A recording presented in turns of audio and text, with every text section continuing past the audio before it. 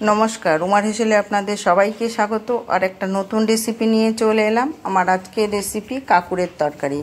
আপনারা কে কে এই কাঁকুড়ের তরকারি খেয়েছেন, বা আপনাদের অঞ্চলে এই কাঁকুড়ের নাম অন্যরকম হতেই পারে, কিন্তু আমরা কাঁকুড় বলি। তো আমি আজকে কাঁকুড়ের তরকারি করব। তো কিভাবে করি পুরো ভিডিওটা দেখুন। যদি ভালো লাগে লাইক, কমেন্ট, শেয়ার করবেন। আমার চ্যানেলটিকে সাবস্ক্রাইব করে আমার পাশে থাকবেন। আর যারা আমার পেজ থেকে দেখেন তারা আমার পেজটিকে ফলো করে। কড়াতে তেল দিয়ে জিরে ফোড়ন দিলাম, গোটা জিরে ফোড়ন দিয়ে এবার এখানে কিছুটা চিংড়ি মাছ আমি খোসা ছাড়িয়ে নুন হলুদ মেখে রেখেছিলাম সেটা দিয়ে দিলাম। চিংড়ি মাছটাকে একটু ভাজা ভাজা করে নিয়ে ভাজা করে তারপরে আমি পরের যেসব মশলা সেগুলো দেবো।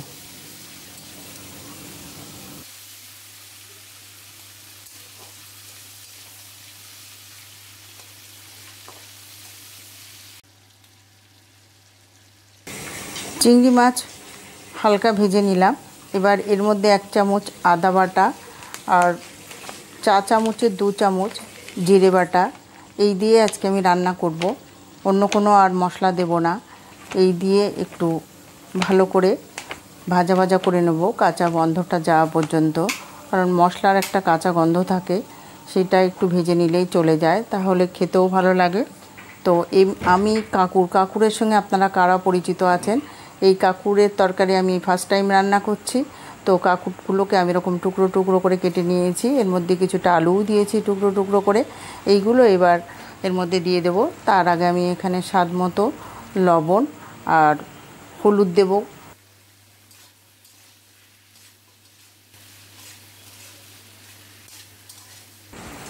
সমস্ত মশলা দিয়ে কাঁকুড় আর আলু দিয়ে ভালো করে কষিয়ে নিলাম।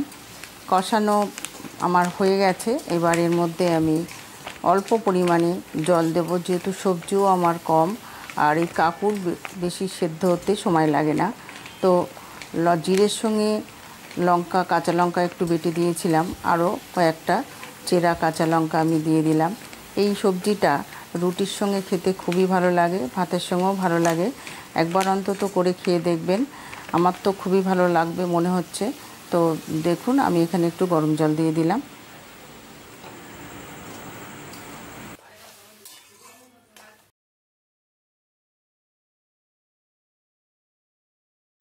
এবার এর মধ্যে আমি নুনটা একটু দেখে নেব, দেখে নিয়ে যদি লাগে তাহলে একটু নুন দেব, আর স্বাদ মতো চিনি দিয়ে আরও কিছুক্ষণ রান্না করে তারপরে আমি ঢেকে রেখে দেব।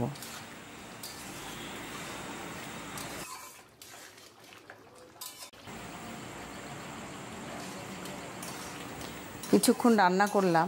এই সবজিটা খুব একটা ঝোল থাকবে না, একটু মাখা হবে, এরকমই আমি রাখবো।